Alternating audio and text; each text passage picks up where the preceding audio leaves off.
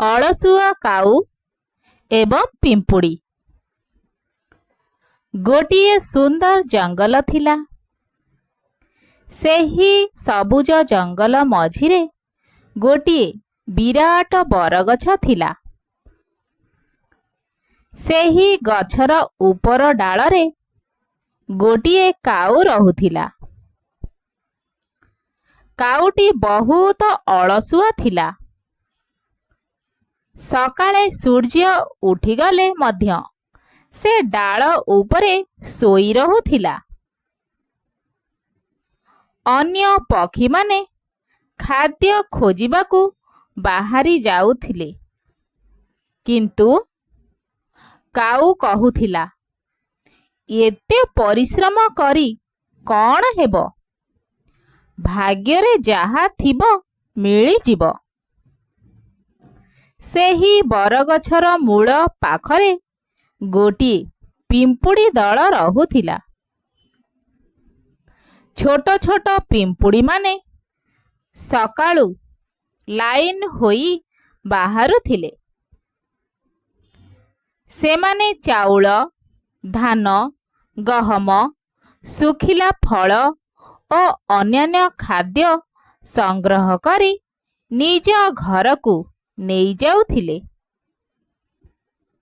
ସେମାନଙ୍କର ରାଣୀ ପିମ୍ପୁଡ଼ି ସବୁବେଳେ କହୁଥିଲେ, ଆଜିର ପରିଶ୍ରମ ହିଁ କାଲିର ସୁଖ। କାଉ ପ୍ରତିଦିନ ପିମ୍ପୁଡ଼ିମାନଙ୍କୁ ଦେଖି ହସୁଥିଲା। ସେ କହୁଥିଲା, ତୁମେ ଏତେ ଛୋଟ ହୋଇ ଏତେ କଷ୍ଟ କରୁଛ, ମୁଁ ତ ଆରାମରେ ଅଛି। ଗୋଟିଏ ଛୋଟ ପିମ୍ପୁଡ଼ି ହସି କହିଲା, ବନ୍ଧୁ, ସମୟ କେବେ ବଦଳିଯିବ କହିହେବ ନାହିଁ। ତେଣୁ ପରିଶ୍ରମ କରିବା ଭଲ। କିନ୍ତୁ କାଉ କାହାର କଥା ଶୁଣିଲା ନାହିଁ। କିଛି ଦିନ ପରେ ବର୍ଷା ଋତୁ ଆସିଲା। ଲଗାତାର ବର୍ଷା ହେବାରୁ କାଉ ଖାଦ୍ୟ ପାଇଁ ବାହାରକୁ ଯାଇପାରୁନଥିଲା। ସେ ଭୋକରେ ଦୁର୍ବଳ ହୋଇପଡ଼ିଲା। ଯେଉଁଠି ଖୋଜିଲା କେଉଁଠି ବି ଖାଦ୍ୟ ମିଳିଲା ନାହିଁ। ଏପଟେ ପିମ୍ପୁଡ଼ିମାନଙ୍କ ଘରେ ପୂର୍ବରୁ ସଞ୍ଚୟ କରାଯାଇଥିବା ଖାଦ୍ୟ ଭରି ରହିଥିଲା।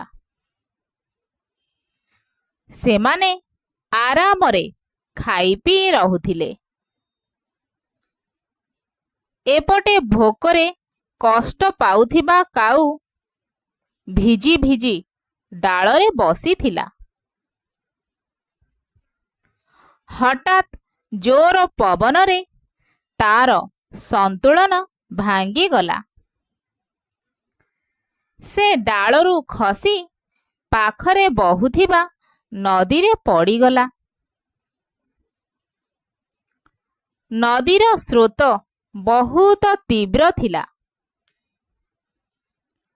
କାଉଟି ଭାସି ଯାଉଥିଲା। ସେ ଡେଣା ଫଡ଼ଫଡ଼ାଉଥିଲା, କିନ୍ତୁ ଭିଜି ଯାଇଥିବାରୁ ଉଡ଼ି ପାରୁନଥିଲା। ଭୟରେ ସେ ଚିତ୍କାର କରିଲା, ବଞ୍ଚାଅ, ବଞ୍ଚାଅ, କେହି ମୋତେ ବଞ୍ଚାଅ। ସେହି ସମୟରେ ଗଛ ତଳେ ଥିବା ପିମ୍ପୁଡ଼ିମାନେ କାଉର ଚିତ୍କାର ଶୁଣିଲେ। ଗୋଟିଏ ବୁଦ୍ଧିମାନ ପିମ୍ପୁଡ଼ି ତୁରନ୍ତ ଗଛ ଉପରକୁ ଚଢ଼ି ଗୋଟିଏ ବଡ଼ ସବୁଜ ପତ୍ର କାଟିଦେଲା। ପତ୍ରଟି ନଦୀରେ ପଡ଼ି କାଉ ପାଖକୁ ଭାସିଗଲା। ପିମ୍ପୁଡ଼ି ଚିତ୍କାର କରି କହିଲା, ବନ୍ଧୁ କାଉ, ସେହି ପତ୍ର ଉପରକୁ ଚଢ଼ିଯାଅ। କାଉ ନିଜର ସବୁ ଶକ୍ତି ଲଗାଇ ପତ୍ର ଉପରେ ଚଢ଼ିଗଲା। ପତ୍ରଟି ଧୀରେ ଧୀରେ ନଦୀ କୂଳକୁ ଭାସି ଆସିଲା। କାଉ ନିରାପଦରେ କୂଳରେ ପହଞ୍ଚିଗଲା। ସେତେବେଳକୁ ବର୍ଷା ବି କମି ଯାଇଥିଲା।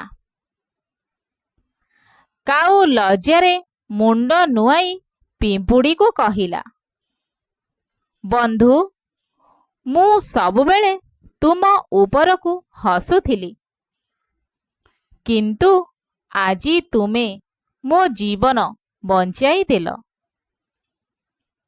ତୁମ ଉପକାର ମୁଁ କେବେ ଭୁଲିବି ନାହିଁ। ପିମ୍ପୁଡ଼ି କହିଲା, ସତ ବନ୍ଧୁ କେବେ କାହାକୁ ବିପଦରେ ଏକା ଛାଡ଼ି ଦିଏ ନାହିଁ। ଆଉ ମନେ ରଖ, ଅଳସ୍ୟ ଓ ଅହଙ୍କାର କେବେ ଭଲ ନୁହେଁ। ତାପରେ ପିମ୍ପୁଡ଼ିମାନେ କାଉକୁ କିଛି ଖାଦ୍ୟ ଦେଲେ। ସେହି ଦିନଠାରୁ କାଉ ନିଜ ଜୀବନ ବଦଳାଇ ଦେଲା। ସେ ପ୍ରତିଦିନ ସକାଳୁ ଉଠି ନିଜେ ଖାଦ୍ୟ ଖୋଜୁଥିଲା,